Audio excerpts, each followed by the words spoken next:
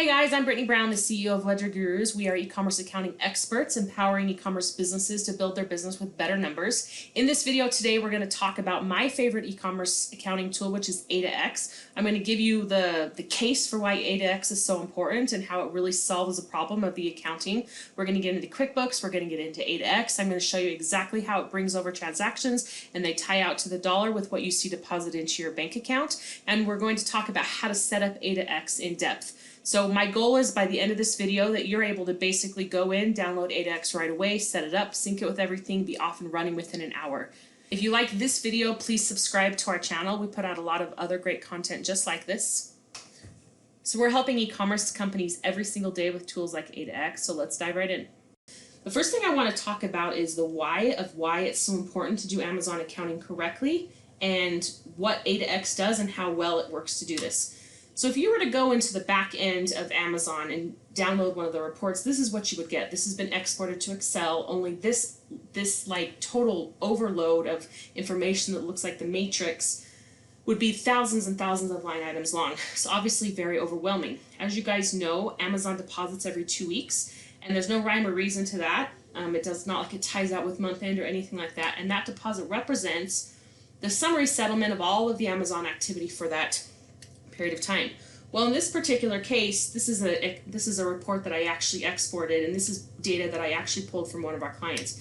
And in this particular case, the end deposit that actually hit the bank account was $109,580. So if you're using an accountant who doesn't understand how to do e-commerce accounting, or if you're doing this yourself and you're just kind of trying to get by and you're not really sure how to handle it, the most common mistake that we see companies make is that they call this amount of money just income.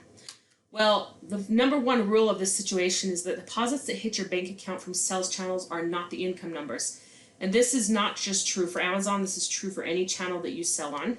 In this particular case, that $109,000 deposit that would have been defaulted to just being called income if people didn't know what they were doing, was actually all of this activity. It was Amazon sales, shipping income, sales tax collected, FBA inventory reimbursement, FBA fees, chargebacks, refunds, shipping fees, promo rebates, etc. All of it giving us a net deposit of $109,000. Now in this particular case, Amazon actually has over 400 different types of things that they are tracking, especially if you're using FBA for shipping. And in this particular case, these Amazon sales were $147,000, which is a huge difference from this $109,000. So if you were just defaulting to calling this $109,000 sales, you would have been off by, what is that, like $30,000 or something like that. So the end summary of all of that is that you would have all of these 8 line items reduced to 1. You would have key data missed as part of the process. If I'm an e-commerce seller, I actually really do care about how much money I'm spending on these types of things. Let's say, for example, that I'm trying to evaluate whether to continue to use FBA for my shipping, or whether I should maybe use a local 3PL, or whether I should be opening my own warehouse to handle this myself. Well, when the fees of the Amazon activity is buried inside that settlement, it's really hard to make an educated decision because you can't see this data broken out really well. So another thing that it really skews is your product margins. So gross profit is one of the most important metrics for an e-commerce business to watch. Gross profit is sales minus cost of goods sold, gives you gross profit. So if my sales numbers are off by $30,000 by 30%, that's a huge skew of my margins. And the timing issues that factor in with these settlements is huge as well. So Amazon typically doesn't, they have all kinds of rules regarding when they actually settle like sales. So, depending on the time when it was shipped, the delay after it's shipped, all those kinds of things. So there's all kinds of timing issues created with just going off of just the deposit alone. Also a misstatement of balance sheet activities. So here we see it evident in sales tax that was collected.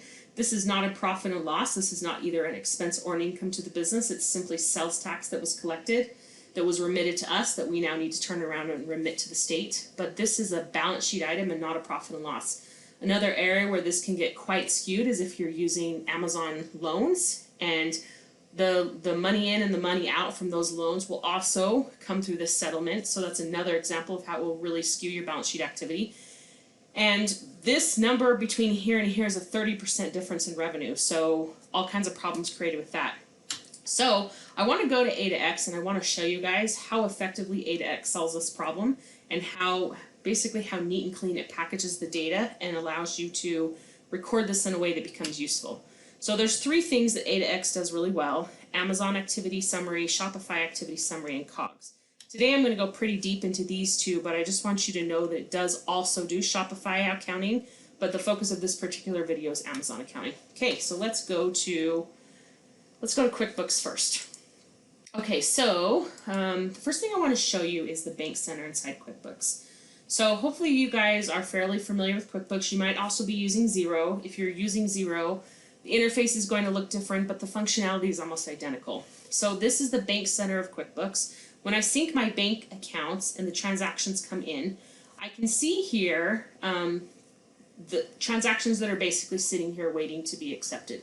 Now these are transactions that I haven't imported any 𝗓𝗓𝗏 journal entries for, and you can see that it just says here Amazon settlements, and that the category that it's trying to default to is product income. If I was to just click this add button here, it would record product sale of $227.44, and that's it. That would basically be the equivalent of us recording that $109,000 deposit and calling that income. That would basically be the equivalent of what we'd be doing. You can see that after I have imported these journal entries from 𝗓𝗓𝗏, I now have a really great journal entry that QuickBooks finds and it's prepared to match against, and it actually matches against exactly what deposited into the bank account. So I already know that the amount has been reconciled to the actual amount inside the bank account. So let's take a look at what this journal entry looks like. So here's the journal entry it's trying to match against. And I can see inside this journal entry that it has broken out all of these different activities. Now the way that it's broken out is based on the way that I chose to map it inside of 𝗓𝗓𝗏, which we'll talk about in just a second. But basically I have all of these different line items, the sales and the fees and the refunds and the shipping and sales tax that was collected and all those other things. So in this case, this is my deposit that's tying out to my bank account deposit, but this all represents $601.71 in sales. If I was to just call this $308.47 in sales, that would be a misstatement of basically like, well, 50% or 100%, depending on whether you're saying this to this or this to this. But basically, it's a pretty extreme misstatement. It would be recording half of the cells that actually processed, plus missing all of this other detail of what actually went down. So it's pretty valuable. And after this journal entry is imported, all I have to do at this point is just click this button that says match, and now that journal entry is now recorded in QuickBooks. All of those line items of all of those different things are now recorded on my profit and loss. As a Amazon seller, I can now see all of the activity that happened there. So what does this look like on the 𝗓𝗓𝗏 side? So here you can see that I have a settlement. Well, let's just take a look at this one, $526.74. Over here on the 𝗓𝗓𝗏 side, after you sync all of these accounts and everything, I can see that this is the transaction right here, $526.74 that I need to bring in settlement data for. Over here, I can see that the settlement data has been brought in. I have a transaction here ready to match, and if I click match, it'll record everything. So what about this one? This one doesn't have one recorded yet, $258.21. If I come up here, I can see exactly which transaction needs to be sent over, and I would just open this up, review it, say send to QuickBooks, and it would give me the same nifty little transaction to match to. Now another thing I want to show you is, because of the fact that that Amazon settles every 2 weeks, another problem it creates is it creates timing issues. So here I see a settlement that came in on the 5th of December. Well, because Amazon settles every 2 weeks, this basically represents 10 days of sales in the month of November. So the majority of this deposit is actually November sales, not even December sales. So if I was just to hit add instead of match right here, I would not only be missing a whole bunch of key data, but I would also be really throwing off timing issues. And so if I'm trying to record accurate cost of goods sold, if I'm trying to see how my business is performing month to month, this timing issue also creates a problem. So I want to show you the way that 𝗓𝗓𝗏 solves this problem. So when there is a journal entry, when there's a settlement that spans over the end of a month, it actually makes 2 journal entries instead of 1. This is what the first journal entry looks like. This is the journal entry dated in November that has to do with the settlement that I just showed you guys. Let's look. So it's this settlement right here. This $526.74 settlement spanned from November 21st to December 5th. The first journal entry it makes is the one that's actually dated in November that records November sales. So this was all the activity that had to do with November, including these November sales right here. But here, instead of recording the deposit into the bank account, instead it's recording this Amazon carried balances. Well, you can name that whatever you want, but basically it can either be a bank account or it can be a current asset account, like an accounts receivable or something like that. But basically what you're saying is hey, at month end, based on all the activity of Amazon having to do with this settlement, Amazon owed me $353.04 at the end of the month. It hadn't settled yet, so they hadn't paid it out yet, but they owed me this money.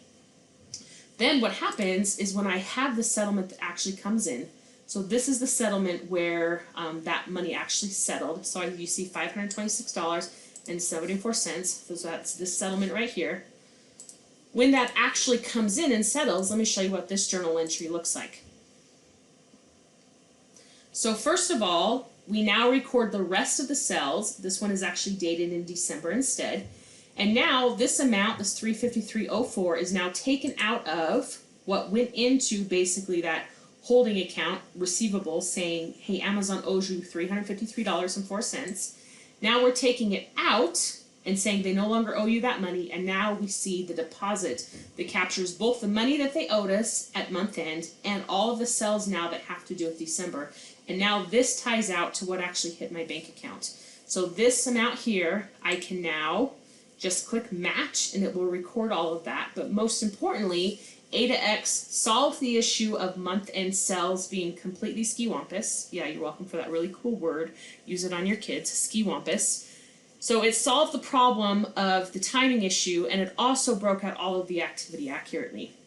So as you can see, it just does a really great job, like just tying all this out. So let me show you how it works. Let's go take a look at 𝗧𝗛𝗏𝗏𝗧.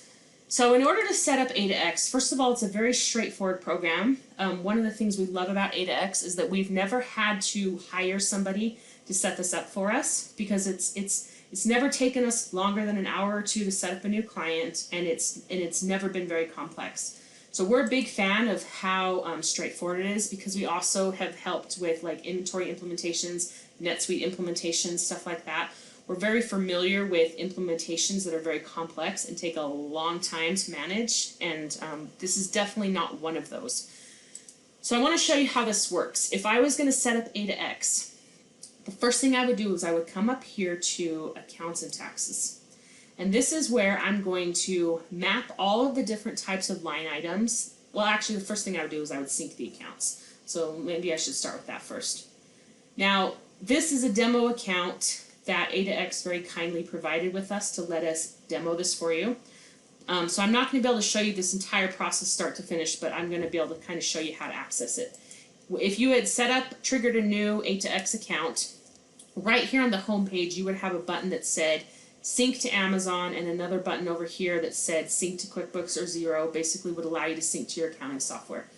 If I come in here to edit, you can kind of see a little bit of what's going on here. But basically inside these connections, and it's a very simple, very straightforward process, it's going to ask you whether you are the actual Amazon seller, like admin, or whether you're doing this on behalf of your client. This is another thing we really love about 𝗧𝗏𝗏𝗧, is that they make this process really simple. So you're either going to be able to just put in your Amazon Seller Central login credentials and it will sync to the bank account, or if you're an accountant who's trying to do this instead, you're going to basically put in your client's email address, and it's going to send them an invitation asking them to enter their Seller Central credentials, and as soon as they do that, it will sync to their Amazon account. So it's very simple, it's very straightforward.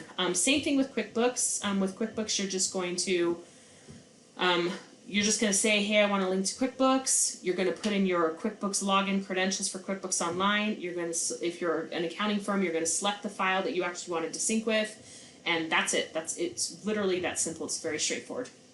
So the next thing you're going to do, oh, and by the way, if you are doing Shopify, then it's going to be the same thing. There's just going to be a button that says sync to Shopify instead, and it's going to ask you for your login credentials, and you'll go through that same process. It's very, very straightforward and easy, very easy to follow. So the next thing you're going to do is you're actually going to map the activity that's going through your specific Seller Central account to what is actually the accounts that are actually available in your QuickBooks or your Xero account. So it's pulling here, first of all of the different Amazon activity that you are, that's coming through your account. So you don't have to like log all 400 different types of activities. You just log the things that are relevant for just you. You can kind of click on this and see what exactly it's talking about. Now, when you're syncing, so these accounts that are here and that are available right now, these all represent account options that that were in my QuickBooks. But I have the option here of either syncing it to QuickBooks and having it select from accounts that are already available, or Amazon does, 𝗧𝗛𝗏 does actually have the ability to like create accounts on the fly. So I want to show you guys what this looks like. So if this wasn't mapped to anything and I was preparing, these are all the accounts that are currently in my QuickBooks account right now.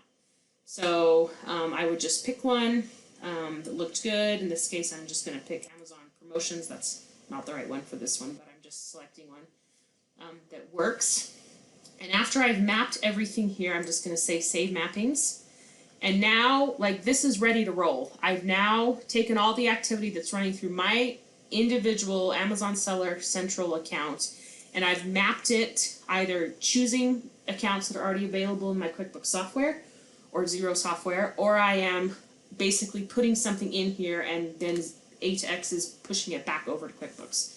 So after I've set all this up, the next thing I'm going to consider is I'm going to consider my settings. So there's not a lot of settings that you need to consider to get going. The primary one that I would consider is this one called Invoices. So you have, basically Invoices determines like how you want 𝗧𝗛𝗏 to push data into your accounting software. They call it Invoices, but they're actually journal entries. So they're basically asking like, how do you want our journal entries to push into there? So you can either group by SKU, you can just summarize by all cells, you can summarize by product type. If you have different 𝗧𝗏𝗏𝗏, if you have different Amazon stores that are running through one 𝗧𝗏𝗏𝗏 file, you can say I want to specify by, like I want to set up different classes for different marketplaces. You can group by country, you can, accountants, we like to get all kinds of cray-cray about like our granular level of detail and stuff like that. So rest assured you have the ability to manipulate the way that data is coming in here and really have it show up the way that you want it to. The next thing that I would consider setting up, but only if I wanted to use this feature of it, is my cost of goods sold. So cost of goods sold inside 𝗧𝗏𝗏𝗏, what you need to, it is such a great tool. Again, like I would say about a lot of things about 𝗧𝗏𝗏𝗏, what they do, they keep very simple and they do very, very well. So what 𝗧𝗏𝗏𝗏's cost of goods sold is not, is an inventory tool. And what I mean by that is it's not tracking your quantity of inventory available.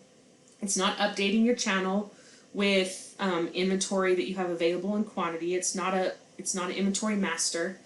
It's not an inventory tool that's tracking the value and that you're putting in your bills and POs, and every time you make a new order and a new shipment arrives, it's updating your product cost SKUs, things like first in, first out, last in, last out, average cost. It's not doing any of that. But what it is doing is it's saying to you, do you know what the costs are of your SKU? And if you know what the costs are of your individual SKUs, these are SKUs right now that's pulling from my channel that are currently selling. If I come in here and I say, yeah, actually I do, the cost of this particular product is, maybe I'm going to say $6.80. Oops, $6.80. It will tell me how many is currently in stock, how many has been sold, and when it last viewed the inventory. Basically, it goes into your FBA account and it looks at the Amazon, like the inventory that you have reflected in your Seller Central account. It's looking at it and it's telling you what you have in stock. But even more importantly than that, if you identify the cost of your individual SKUs, then it will actually make a cost of goods sold entry at the same time that it makes your sales entry. So that entry looks like this. It's a very straightforward entry. Basically, like, I hope you guys watch our videos on our channel about inventory management and all things inventory, because it's such an important thing for e-commerce businesses to be watching and tracking, and it's so often done poorly or done incorrectly or misunderstood. But they just keep this really straightforward. So inventory goes onto the balance sheet as an asset first, and then should be moving out of an asset account pro-ratedly, that's another really great word you can use, into cost of goods sold based on what actually sold during that period of time.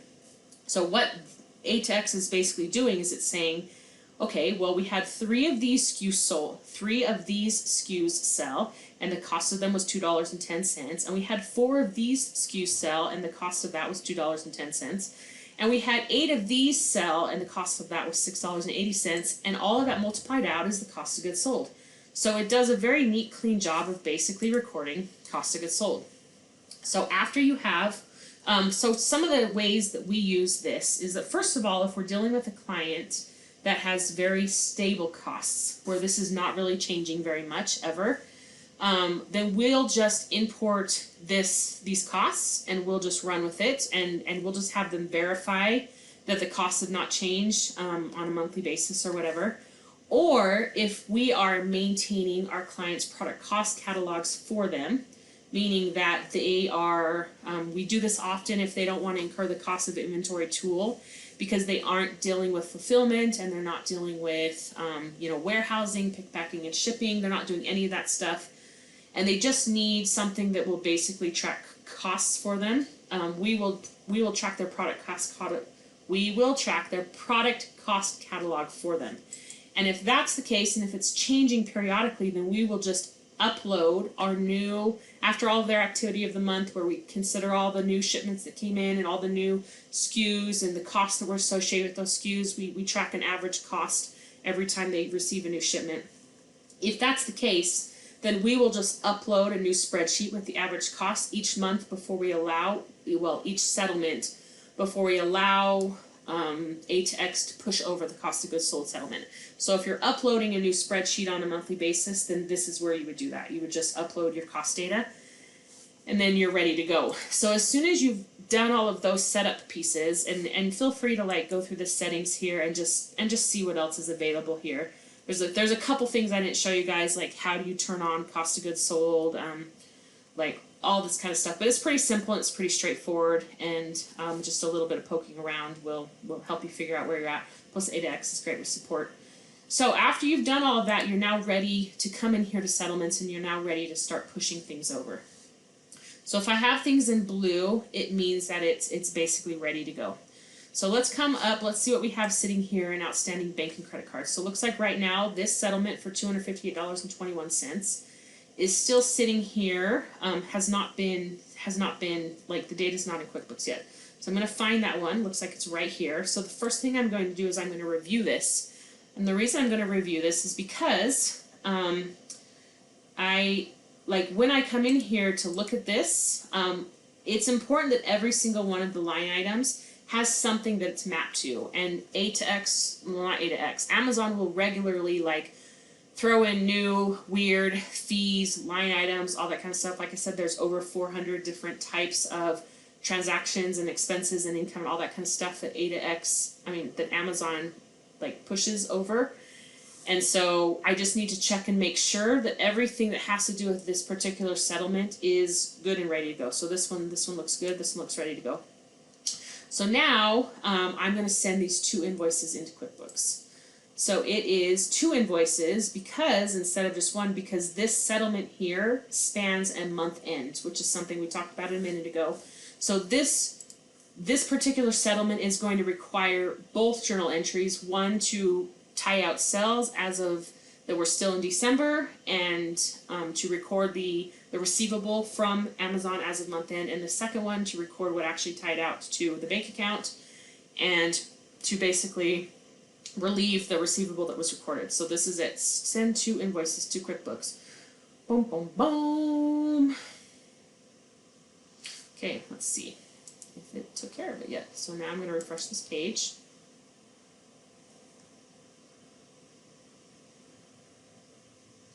And I'm going to wait for just a second.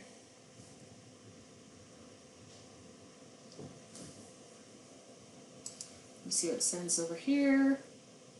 So it says we've created 2 invoices for this settlement. Now I come in here to QuickBooks, which is still taking its time. And now I have a journal entry to match against for the actual settlement in the bank account, and another one that recorded all of the activity as of December. So as you can see, this is incredibly straightforward, incredibly easy to do, incredibly easy to set up. Probably the most daunting part of the whole thing is actually mapping the accounts and taxes.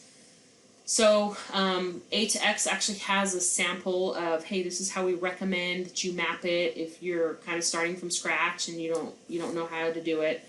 We also have a sample mapping in a blog on our website as well.